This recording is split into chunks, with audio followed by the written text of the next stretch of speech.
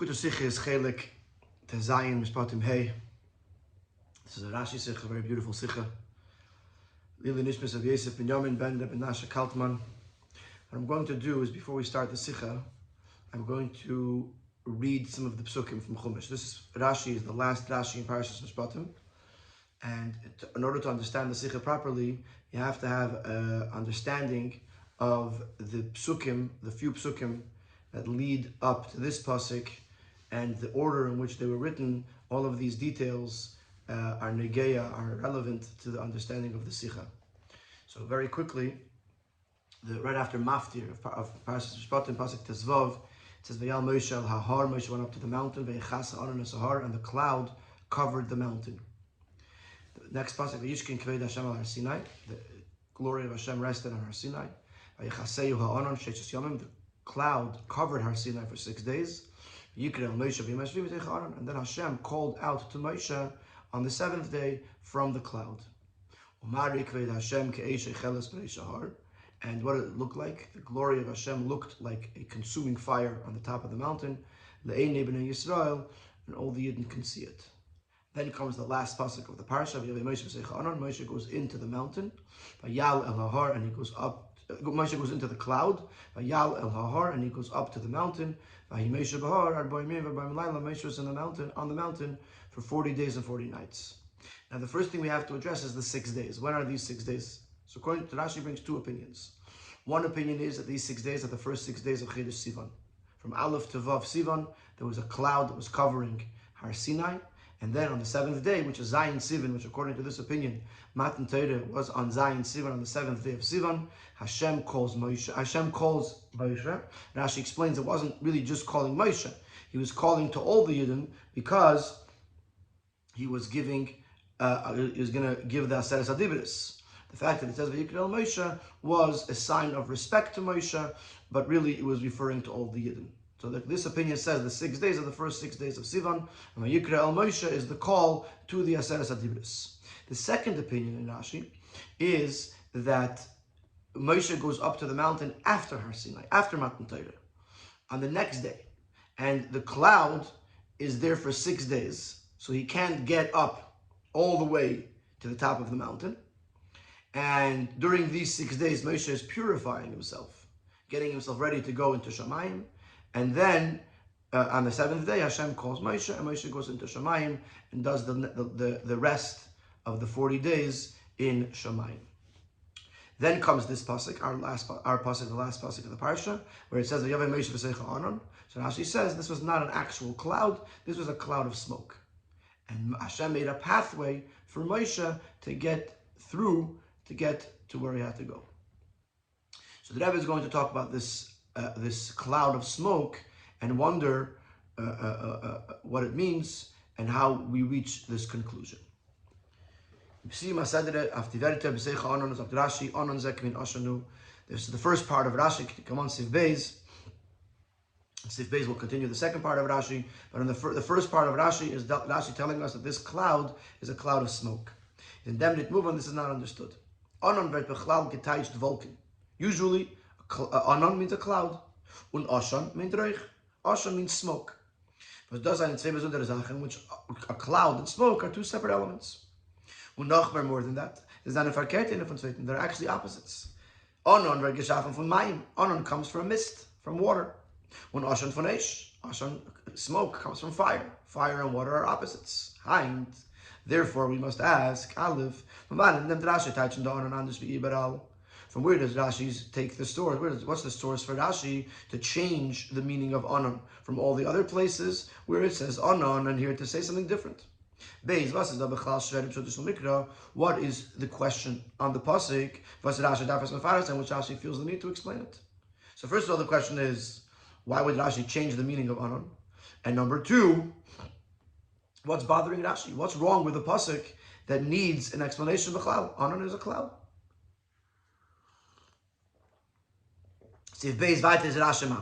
Rashi then continues. Hashem makes a path for Moshe through the cloud. Now, the makar for them Inyan is in Gemara. The source of this idea that there was a shvil, there was a path, is in the Gemara. Aber dort kommt es als Tirutz auf das Tirutz zwischen zwei Psukim. Over there, the Gemara brings it as a resolution for a contradiction between two Psukim. In the end of Parshas Pekudei, it says Moshe could not enter into the Oyel Moed because the cloud was resting, implying that because of the cloud, Moshe could not go through the cloud, and he could not get into the Oyel Moed. And it also says that Moshe, in our pasuk, in the end of Mishpatim, that Moshe went through the Anon, through the cloud. So this seems to be a contradiction. Could Moshe get through the cloud, or could he not get through the cloud? So the yeshiva of Rabbi Shmuel learned as follows. Nemer kam b'seich. In this pasuk it says b'seich v'yavei Moshe b'seicha Anon. Moshe went into the cloud. Nemer lahalon. And earlier by the Kriyas Yamsuf it says b'seich. It also says the word b'seich as the pasuk says v'yavei b'nei Yisrael b'seich hayam, that the Yidden went into the water. Ma lahalon shvil the chesiva ma'im la'mchem. Just like by Kriyas Yamsuf, when it says b'seich, it means in a pathway. As the pasuk says, the water was a wall, so there was a wall on both sides, and the Yidden were walking on a path, on a road between the waters. Av kan shvil, so too over here there's a shvil, there's a pathway. When it says b'soich, it doesn't mean that he walked through the cloud, as in pushing his way past the fluffiness of the cloud, but rather there was a shvil. So this is what the Gemara says, and this is what Rashi is taking this idea from to here. However, in our Rashi, we can say that Rashi's goal here is to resolve this contradiction. Because this contradiction only comes up later on. In Pasuk Moshe, the Pasuk where it says that Moshe could not go into the Oyel Moed, in Parshas Pekudei, which is in Parshas Pekudei, Rashi should have answered this contradiction when it arises, which is later on in Parshas Pekudei. From the fact that Rashi discusses it here, Muzman Zago, we must conclude. In the fact that Rashi has to address how Moshe was able to go into the Anon. Also, that Hashem made a pathway for Moshe. Is niter far v'shpeter zok the pasuk v'liyachol Moshe lavi v'gemer kishachan alav Anon. It's not because of what it says later in Pekudei that Moshe couldn't enter the cloud. Nor somehow there's something here that already gives us the understanding that Moshe could not go through the Anon without the Shvil, without the pathway. But this is a question. The fact that you're telling me that Moshe can't walk through the cloud is a problem. Rashi's mefarish here. Earlier in Parshas Yisrei, Rashi explains the words Moshe nigash elo arafel. Moshe approached the arafel, and das meint lifnim mishalosh mechitzas. The Moshe went through three barriers: cheshech, Anon, v'arafel, darkness, cloud, and thickness of cloud. Thus says Moshe is durchgegangen durch cheshech v'Aron. The Moshe was able to go through not just the darkness and not just the cloud, but durch arafel. But he was even able to go through the arafel. Was is the Rashi tied dort ava Anon. As Rashi explains over there, arafel means the thickness of the cloud. So Moshe in Parshas Yisrei goes through three barriers. Nevertheless, Rashi does not address at all how he was able to go through the thickness of the cloud. Is there fun muchach? So this makes it obvious. As ben chamesh lemikra is a sneikarik in kashan that we Moshe can durch in the manner. That by ben chamesh lemikra, it doesn't begin as a question. How does Moshe go through the cloud? As you see it in real life. As it's possible to walk through a cloud, to drive through a cloud, even if there's no shvil, even if there's no path. And therefore, this is the Rebbe's question. Why does Rashi have the need to address this in our pasuk? How does Moshe get through the cloud? Certainly, he's not addressing the stira, the contradiction, because the contradiction didn't arise yet. Obviously, he feels that there's a need to explain how Moshe gets through the cloud. So the question is, this is not the first time Moshe goes through the cloud. And yet, previously, Rashi didn't say anything. So why all of a sudden now is Rashi saying something? And this is the beer. We'll start with what's bothering Rashi. This is the question that arises in the basic understanding of the psukim. In the pasuk Tesvav, which is the first of the four psukim that we read before, it says that Moshe went up and the cloud covered the mountain. As their heart is given by deck with none of the cloud was covered with the mountain. This was obviously understood that when the pasuk says that Moshe went up to the mountain, although there was a cloud there, it means he went into the mountain, into the cloud. So why does now, fast forward 4 psukim, pasuk Yud Ches, why does the pasuk have to say that Moshe went into the cloud? It's obvious that he went into the cloud because the cloud was covering Har Sinai, and Moshe went up to Har Sinai. Obviously, he went through the cloud. So what's bothering Rashi is, why does our pasuk, the last pasuk in the parsha, have to say that Moshe went into the cloud if it's self-understood from an earlier pasuk?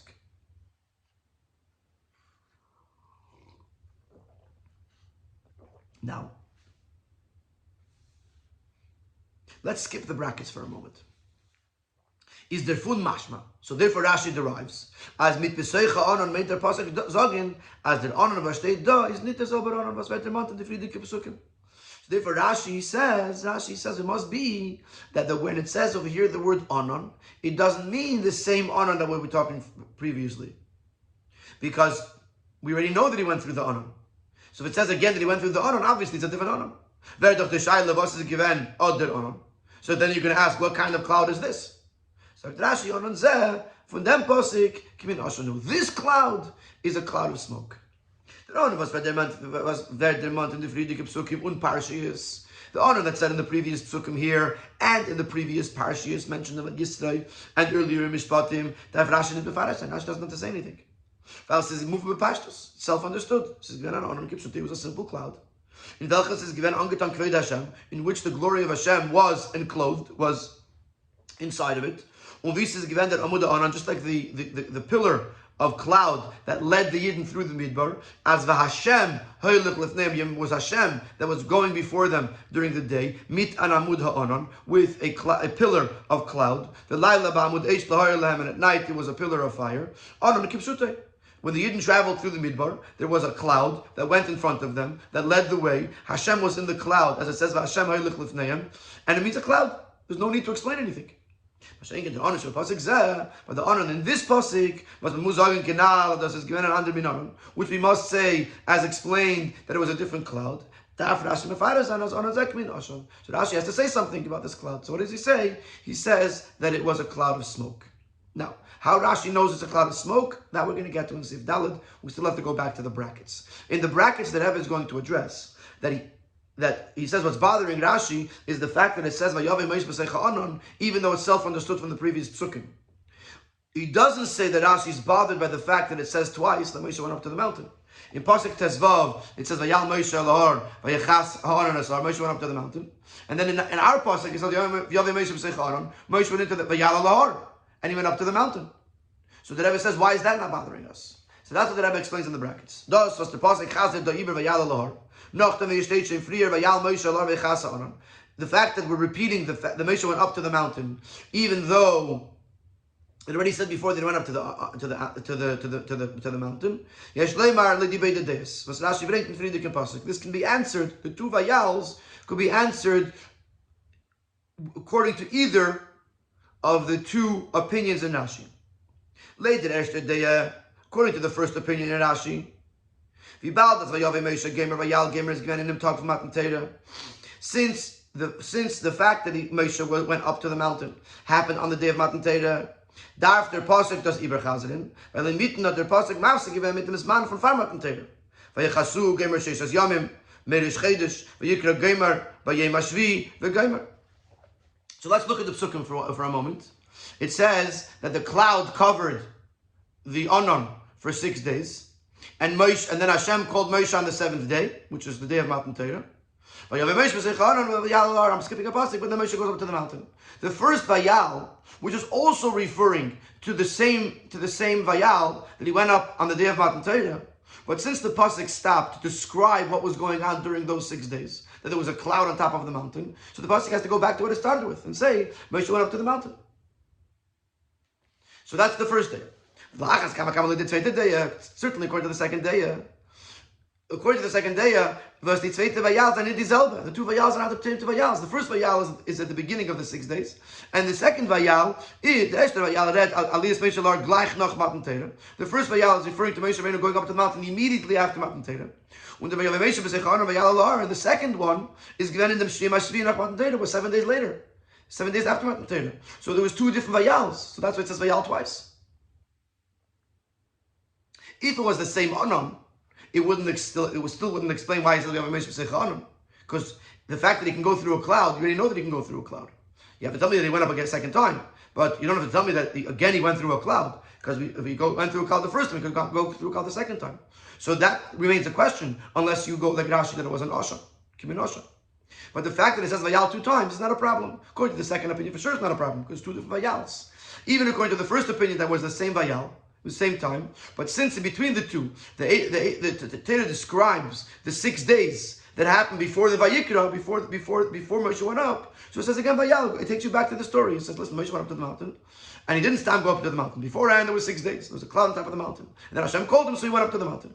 So once you describe the situation, so you say Vayal again. So the fact that it says Vayal 2 times doesn't bother us. Either according to the first opinion that it has to say Vayal again because of the hefsik, the interruption of the description of the 6 days, or because it's two separate ascents, two separate vayals, therefore that's say it twice, but it still doesn't explain why it has to tell us again that Moshe went through the mountain. And therefore Rashi concludes that it must be there was a different type of cloud, that Moshe went through the cloud. Therefore Rashi concludes that it has to be that Moshe went through a different type of cloud, and Rashi says it was, what kind of cloud was it? It was a cloud of smoke. Now let's go to Sif Dalet to figure out how does Rashi know that it's a cloud of smoke. The Hechrech von Rashi, as Onandek Mirashin, what compels Rashi to tell us that this is a cloud of smoke, it's from deep Sukkim Gufas, from these very same Sukkim. And again, you have to look in the Chumash. Zwischen Vayikra el Moshe und Vayavi Moshe v'Seicharon is there pasuk Umari Kved Hashem Ke'esh Echelas B'Reish Ahar. So again, let's look in the Chumash for a moment, and let's see like this. First, it says that Hashem called Moshe on the 7th day to go up from the mountain. Now, before it says that Moshe listened, it says that what did Hashem look like? Like a consuming fire. Now, it already said once that Hashem was on Har Sinai, and the cloud covered Har Sinai. Then it said that Hashem called Moshe. Then it talks again about the cloud, that it was a consuming fire. And then it says that Moshe went into the cloud. Is it verstandig? The pasuk about Ke'esh Echelas, that Hashem looked like a consuming fire, should have been before the Vayikra Moshe, before Hashem calls Moshe. After it says that the glory of Hashem rested on the mountain, what is Kved Hashem? The pasuk should have immediately translated and explained that Kved Hashem is a consuming fire. Why does it happen that then it says that Hashem called Moshe on the 7th day, then it goes back to describe the Kved Hashem, and then it goes back to say that Moshe went up to the mountain? Now again, in the brackets, the Rebbe is going to address the 2 days, the 2 opinions. So remember, we're still in the middle of the question about the order of the psukim. And the Rebbe is going to explain this question according to both opinions, whether the 6 days were before Matan Torah or the 6 days were after Matan Torah. This is the second opinion. For sure, according to the second opinion, that when Hashem calls Moshe, it's 7 days after Matan Torah. But the Rebbe started information as at that point, Hashem is calling Moshe not to get the Aseres HaDibros, but not to hear the Aseres HaDibros, but to come receive the Torah. And Moshe is the response to that call. There's no reason to interrupt between the call, Hashem calling Moshe, and Moshe coming, Moshe following the call of Hashem. You should have said Hashem called Moshe, and Moshe went. There's no reason to interrupt it with a description of the Kved Hashem. So for sure, according to the second opinion, that it makes no sense. As Vayikra Moshe is given Leimer Aseres HaDibros. Even according to the first opinion, that Vayikra Moshe was Hashem calling to say the Aseres HaDibros, Moshe v'chol b'nei Yisrael eimdim, and everyone was there. It's just that Hashem was giving extra covet to Moshe. Mitas that Eibishter Geruf and Moshe and against FNR, which means that Hashem wasn't actually calling Moshe to come up on the mountain. Hashem was calling Moshe to receive, to come bring the Yidden to get the Torah, to hear that says a Dividus. And therefore, Vayave Moshe b'seich Aaron is an inyan verbunden with Vayikra Moshe b'seich Aaron. So Vayave al Moshe is not the response to Vayikra al Moshe. Vayikra al Moshe was the Seres HaDividus. Vayave al Moshe, Vayave Moshe b'seich Aaron is a separate event. So maybe you could say, who cares if there's a hafsek? Von deswegen says the Rebbe, is eich mer masim as der Tier in Inyan von Mamara Kved Hashem Gomer, so stehen gleich beimschach so Yishkin Kved Hashem al Sinai. Even though the Vayikra and the Vayavi are not the same event, but nevertheless, the Vayishkin and the Mari Kved Hashem Keishechelis are the same thing. So why is there a hefsek of Vayikra al Moshe in the middle? So that's what we're learning from these psukim. We're looking at these psukim and we're seeing that the order is not understood, because the Vayikra and the Vayave, that at least according to one opinion are a call and a response, they should have been together. According to both opinions, the Vayishkin Kved Hashem and the Mari Kved Hashem should have been next to each other. Instead, you have Vayishkin Kved Hashem, then Vayikra el Moshe, then Umari Kved Hashem Keishechelis, and then the Vayave el Moshe. So this Seder doesn't make any sense.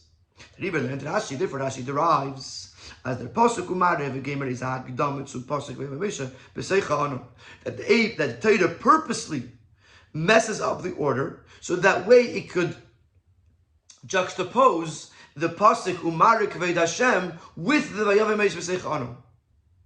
And his Miramis mitvos their honor is anders from them honor. With this, the pasuk is hinting to us how this cloud is different from the honor of state freer and pasuk from the cloud that was mentioned earlier. But they're fired after pasuk madgish time Vayave Moshe b'seicha honor, and therefore the pasuk has to emphasize that Moshe went into the honor because it's a different honor. Their honor is a tetzah from the Moshe. This honor is a product of the consuming fire, and it's kimin oshan is like a smoke. Was is gekommen von Moshe, which is coming from the fire, the consuming fire. This is absolutely brilliant. When you look at the psukim, you wonder what's the order here. But Rashi says it's very simple. Rashi says we purposely moved around the order of the psukim to tell you that Ke'esh Cheles is an intro to the B'seicha Anon, to tell you this second Anon, that's obviously a different Anon than the first, because otherwise I wouldn't have to repeat that he went into the Anon. What kind of Anon is it? It's an Anon that's coming from Ke'esh Cheles. That's why the Ke'esh Cheles is in the wrong place, so to speak, because it's moved over so that it could serve as an introduction to the pasuk Vayave Moshe b'seicha Anon, and tell us that this Anon is a smoke that is coming from this Ke'esh Cheles. We'll continue straight into Seif A, where the Rebbe is going to focus on the word Eicheles. That's why the pasuk says Eicheles. Could have just said the Eish, Maresham Keish. Why Eicheles? Now we understand why now that we understand that this pasuk is an introduction to the pasuk after it, in order to explain to us that the Anon that's mentioned in the next pasuk is an Anon that is a cloud of smoke. Now we understand the word Eicheles. To describe the vision, the sight of godliness in this moment, you'd say it was a fire. Once you envision a fire, who cares if it's consuming or not? Why does the pasuk have to add that it was a consuming fire? Say it was a fire. Vision, on top of the mountain, there was this fire, fiery cloud. But according to what we're saying until now, it's very simple. Yes, as then mechuvan in the pasuk does two matzvahs and then pirush from the pasuk shalachrov.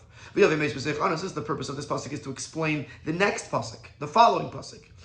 That Moshe went into the cloud as it on it's been an oshon, that this cloud was a cloud of smoke, which was created by the fact that the vision of Hashem is given ke'esh, was like a fire. The pasuk mesav matish ke'esh shecheles. Therefore, the pasuk adds that it was a consuming fire. Because the smoke does not come from the fire, nor for an eshes as a cheles. The smoke comes from the fire that is mechala, verbrent. It's consuming, it's burning something. The thing in which it has grabbed onto, that as that thing gets burnt, let's say it's a log of wood, as the log of wood burns, it evaporates into smoke. So the smoke is coming from the consuming part. What the thing that's being consumed turns into smoke. So therefore, since If the pasuk is going to describe the vision, how beautiful it was, how wonderful it was, how spiritual it was, what does that? It would look like a fire. But since the purpose of this pasuk is not just to describe the vision, but to explain to us what kind of anon Moshe goes through in this pasuk, therefore it says k'eish cheles, it is an eish that produces smoke because it's consuming. And therefore when it says v'seicha anon, we now know that it means a cloud of smoke. Let's add a detail to this, a very beautiful detail. Generally speaking, the eish of above, the fire of above, the godly fire that we speak of is not a consuming fire. As we learned by the burning bush. She saw a bush that was going up in a flame of fire. And the fire, the sneh, the bush is not being consumed. Therefore, it's necessary for the pasuk to emphasize that and to specify that here it was a consuming fire, which is why it was able to produce a cloud of smoke. So now we understand the first part of Rashi. Now we understand what's bothering Rashi. What's bothering Rashi is why does it say Vayavai Moshe b'seicha onam if it already said Vayal Moshe elahar v'chas anan esahar. Therefore, Rashi says the only reason it would say it again is because it's a different kind of cloud. And what kind of cloud is it? That he learns from the fact that it says in the previous pasuk K'eish cheles, and the fact that this pasuk was moved to be right before this pasuk, that it was a cloud of smoke. Now we go to the second part of Rashi. Now that we understand the first part, now we can easily understand the second part of Rashi. Why Rashi says that Hashem made a path for Moshe to go through. Because now that verstandig, was Rashi darf bewahren and because Baruch Hu Moshe shvil b'seicha. Why Rashi has to clarify that Hashem made a pathway for Moshe. Dafki in unser pasuk umemshach zayin pirish anon zek minoshenu, specifically in our pasuk, specifically as a follow-up to the fact that this cloud was a cloud of smoke. And it's very interesting how some of this sikha is a little technical with the psukim, but a lot of it is very practical. If you have a fire without consuming anything, then it's not going to make much smoke. So that's the k'eish cheles. Now he's going to give you another very practical thing. If it was the cloud, a regular cloud like in the previous psukim, there's no need, there's no requirement to explain how Moshe went through the mountain. As we said before, and it's mentioned earlier, Moshe can go even into the thickest of clouds. There's no need to explain anything. But since we're talking about a cloud of smoke, smoke has the nature from the soot that is created in the smoke from the thing that's being burned, to smoke things up. It makes the person or the thing that's in the smoke black, including his clothing. So a person is going to ask right away, how you talking? When Isaiah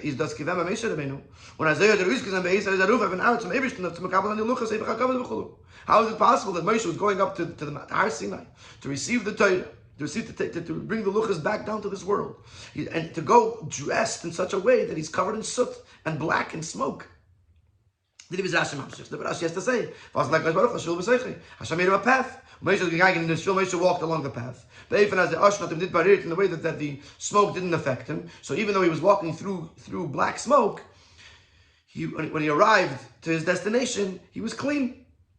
He was white. He was no black, no smoke, no soot, no nothing, because of the pathway.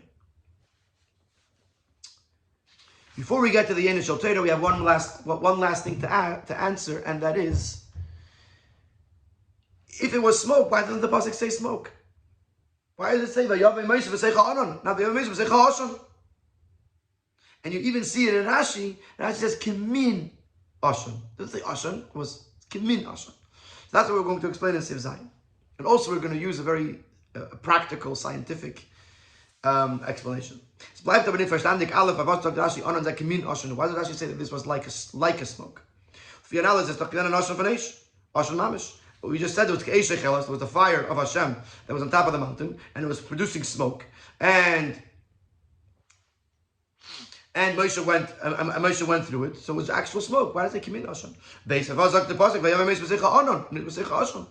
pasuk call it a cloud and not smoke? It's the beer bazeh. The Har Sinai Der Har Sinai in Midbar Sinai, befrat der Reish Har, wo es given der Mare Kved Hashem Keshechelas, Har Sinai, the mountain, which is inside the desert, called Sinai. Especially the top of the mountain, which is where this glory of Hashem, this fiery glory of Hashem was. It's not in a place where trees or grass or greens grow. It was a place of dirt and rocks. The fire is the smoke will only really be produced if the fire is consuming something that is consumable. Which is not really possible when you're talking about an inanimate object like rocks or stones. Like, it's very hard to imagine. You take a log and you burn and you light it on fire. You'll see it'll catch fire and it'll burn up. Take a rock, a big rock, and light it on fire. It's not really going to burn. It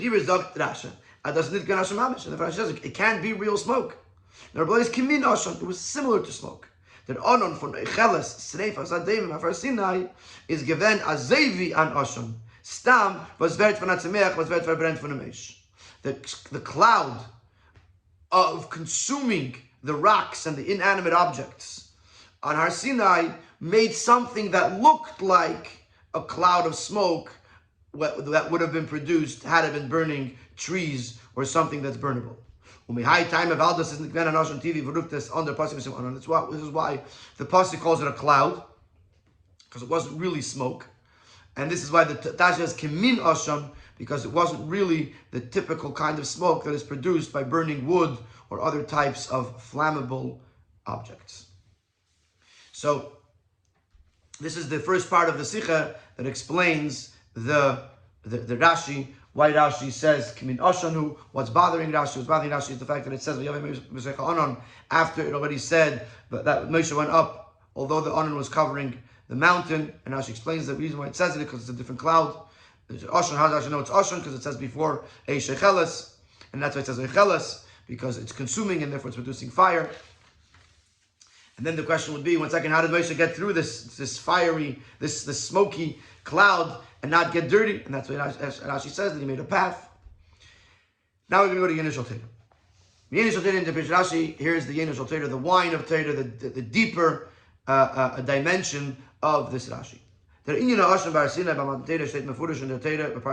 fact that there was smoke by Har Sinai is written explicitly in the Torah. It's not just a Rashi here that says Onan Mitashan, but it says very clearly, Har Sinai Oshan Kuloi. Har Sinai went up in smoke because the Eibishter came down on the mountain in fire. But over here, besides, even in this Rashi, but even before, it says Onan, etc., etc. So why? If it was actual, if by Mountain Torah there was smoke, why over here does it say it was a cloud? So here's the beer. And like we said before a few times, the smoke, literal smoke, physical smoke, comes from something that is being burned. The thing that's being burned is a physical material. And the fire is consuming, is destroying the physicality of it. Is there kiloyin geirim? So the destruction of this physical thing causes the outcome is ashon smoke. When a fire deconstructs a physical thing, and the thing it evaporates. I'm not sure if that's the right word, but let's just use that. Then, as it evaporates, it goes up in smoke. Therefore, in smoke there are differences depending on what is being burned. If what's being burned is a refined material,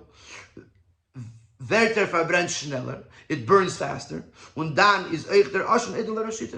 And then the smoke is more refined, more fluid-like, more clear, more transparent. But if the thing that's burning is a thick, coarse material, then the smoke is thicker and more coarse and greater. It's bigger. It's a lot more smoke. For them, it's verstandig. As in dem Oshon von jeder Zach is Nicker sagt sich heraus, wie viel dem Chemer von dem Zach is Gas. The smoke now has a very important job. The smoke is what expresses, what shares with us the coarseness level of the material of what's being burned. Which is coming out into the open as the thing is being destructed. As David says, now, as this is in Gashmias, because till now we were discussing Gashmias. Take a log of wood and you light a fire to it. You have one outcome. Take a piece of paper or a leaf, have a different kind of fire, a different kind of smoke, etc., etc. And basically, by looking at the smoke from far away, you could see, well, this is black smoke. This is different color smoke, thick smoke. You could tell from the smoke, especially if you have expertise in this matter. You could tell from the smoke what kind of material is being burnt. That's Gashmias. Now let's apply this into Ruchnias. In dem Bittul v'chiloyin von dvarim delamato tzolakus, as we subdue and submit and destroy the creations of below to connect them to Elikus. Durch dem Gilui Eish Elamayla, werd Nechel v'nichla the Yeshes von Welt. As the fire of above is revealed in this world, it eats up, it consumes the Yeshes, the ego, the entity of this world, und es wird in ihr aufgetan der Bittul v'chiloyin tzolakus, and this world becomes subdued in a state of bittul telekus. Das is beruchnis the Indian Oshon. That's what Oshon represents. Smoke represents in a spiritual sense. Was weist auf dem Kiloyim von Jesus bittul von Welt. Smoke represents the deconstructing the physicality of this world and subduing it to elikus. Und das ist der Chilik zwischen these Psukim and now. Now we'll understand the difference between the Psukim in Parashas Yisrael, where it says V'asinei Ashan Kulei was full of smoke, and the Psukim in our Parashah where it says there was an honor and it was a cloud. The Pasuk V'asinei Ashan Kulei retzich like in Zman Matan Teirah. When it is like Gidei Lukus Matan Teirah is ben b'derech malmayla lamato. With the Pasuk is Mamshech l'tesh yorad olav avaya be'eish. The Gidei Lukus Matan Teirah. The V'asinei Ashan Kulei is talking about at the time of Matan Teirah. At that time there was a revelation from above that came down from above, as it says, Yorad Allah Avaya Be'esh, Hashem came down from above in fire.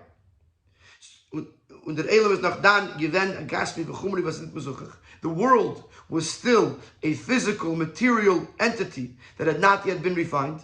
So therefore the revelation that then subdued and destroyed the physicality of the world, in an Eifel from Vaharsin Ashakula, created a lot of smoke.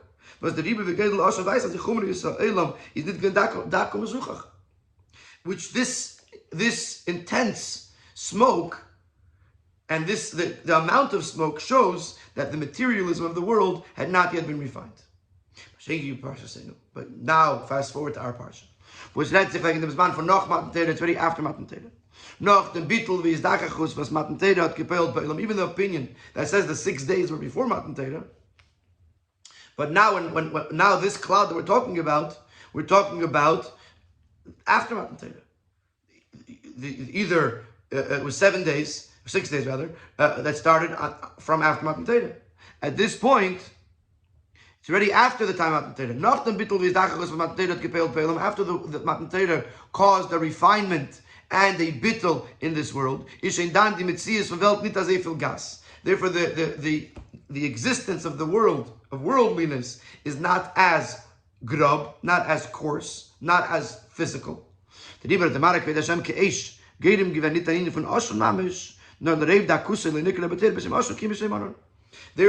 this Kved Hashem, the glory of Hashem that comes down, is not creating literal smoke.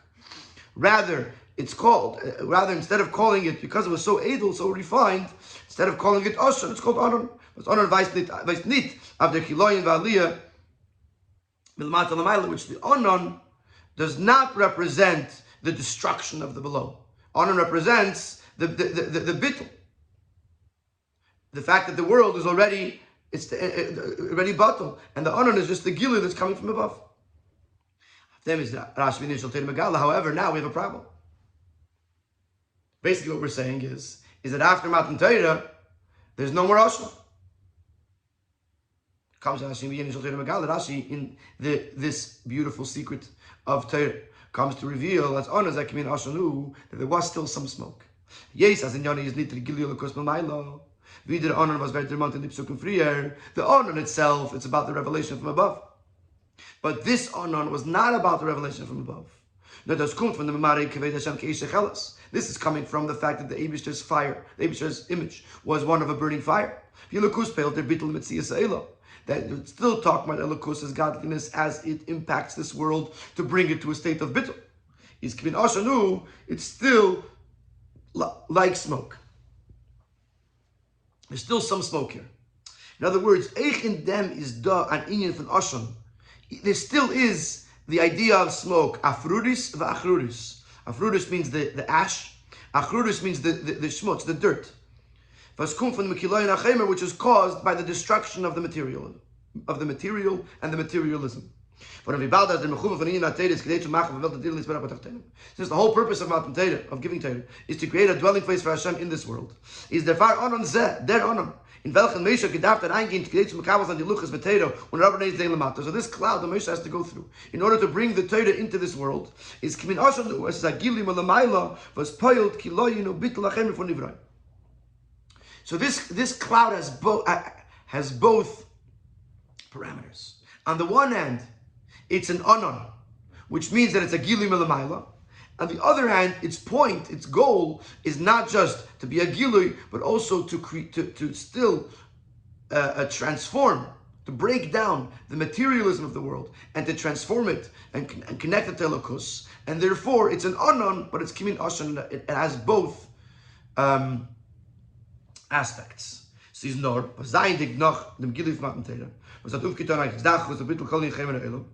after Matan Torah, which accomplished an overall refinement in the world, is the fire need given an Ashan Kule. If it doesn't entirely become filled with smoke, be based on Aschalas and Gilif Matan Torah, and place Kibin Ashan Canal, it's like smoke. It's not totally filled with smoke, but an Ashan Muzai, but there must be an Ashan.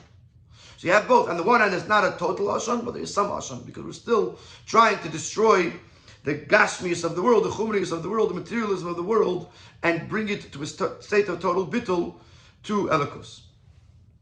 So now we understand that Rashi is not just telling us a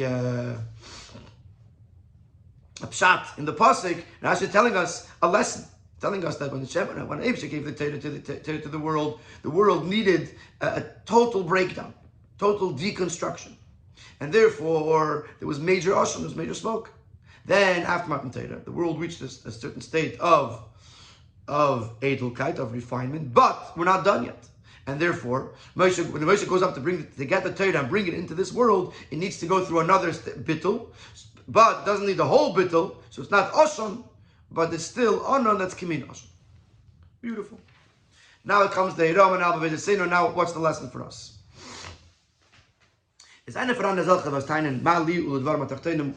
There are some people that claim, why do I have to get involved with the lowest rungs of this world? If I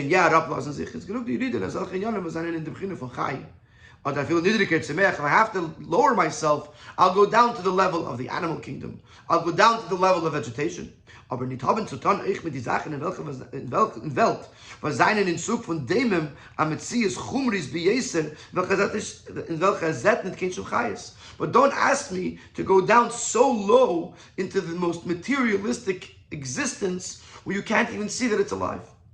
Bis as a filu wenn es made Eish Avaya, is a Mitzative nicht kein Kehle dazu, und es in ihm nicht neches der Eish. Es da sein Frieden nicht von Mevachele. So much so, it is so removed, is so dead that even when you ignite it with the fire of Hashem, the fire doesn't grab, doesn't take. You have to mevachel, you have to beat it to cause the fire to take it. So we tell these people that are saying, I can't go down so low. We must cause smoke and elevation, even in the lowest category of inanimate in the world. Because this is the whole purpose of Matan Torah. That the smoke, which represents the destruction and the elevation of the materialism of the world. So ufton, werden, nicht nur in dem Tzemeach, nur in Har, that it should be accomplished not just in the Tzemeach and the vegetation, which is the normal way, but even in the Har, in the mountain, which is a daimim, which is an inanimate object. Can it kommen nach a time?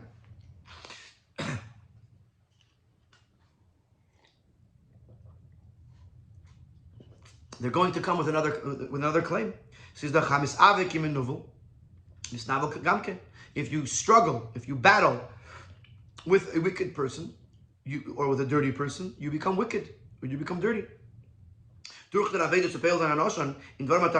If he's going to work on himself, to bring an ashan, a smoke, into the dvarim atachtenim, into the lowest world, it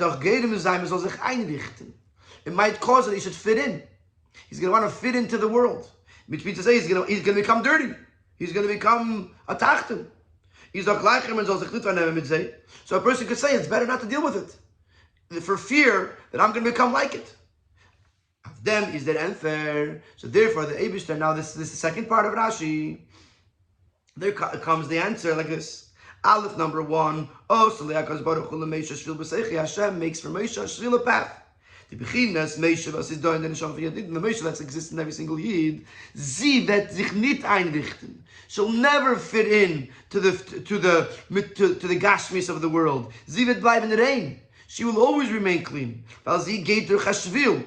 She is going through a path inside of this darkness. She is always faithful to the Eibishter. So every Yid has a Moshe inside of him, and the Moshe inside of him is going to hold on that he should never belong to the gashmis of the world. He'll fix it, he'll break it, he'll elevate it, he'll engage with it. But as long as he has the Moshe Shebekir Boy, that he's ba'amnoi to Yisbarach, there's no fear of him trying to fit into the world. Nachmer, the Pnimi Sayan, verin eich die keches agluim nit verschmidt von dem Ashan. On a deeper level, even the external keiches, not the Moshe Shebekir Boy, the external keiches of the person also won't get verschmiert, also won't get stained by the smoke. While in Emerson is as garnet kin ashan, because in truth it's not even an ashan, it's not even a smoke. It says blaze kimin ashan, it says an onrum is that not oisvi an ashan. It's a cloud that looks like smoke. It says das was die Welt is milo master velakus. It's not kimin von der Metzias, the whole idea that God, that the world is concealing, is obscuring godliness, is only a facade. It looks that way in order for us to have bechira, to have free choice. So it looks like the world is a real existence. Because if we would see the truth that the world is nothing, we wouldn't have a choice. We would obviously go for the truth.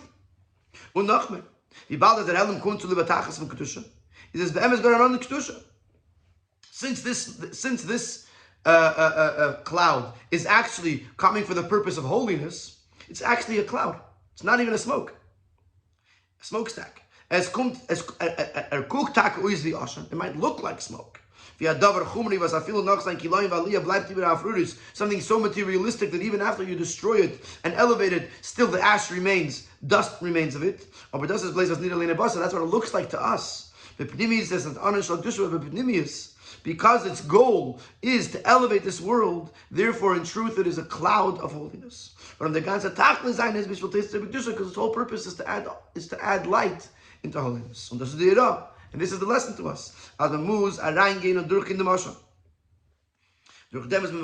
must go in and through the smoke, because that is how we receive Torah. Moshe Rabbeinu, Moshe our Rebbe, and within each individual person, the Moshe within us. Received the Torah only after Moshe went into the Aron. This Aron that Moshe went into was a smokestack, and he had to go through a shvil because of that. And although temporarily and externally this is a concealment,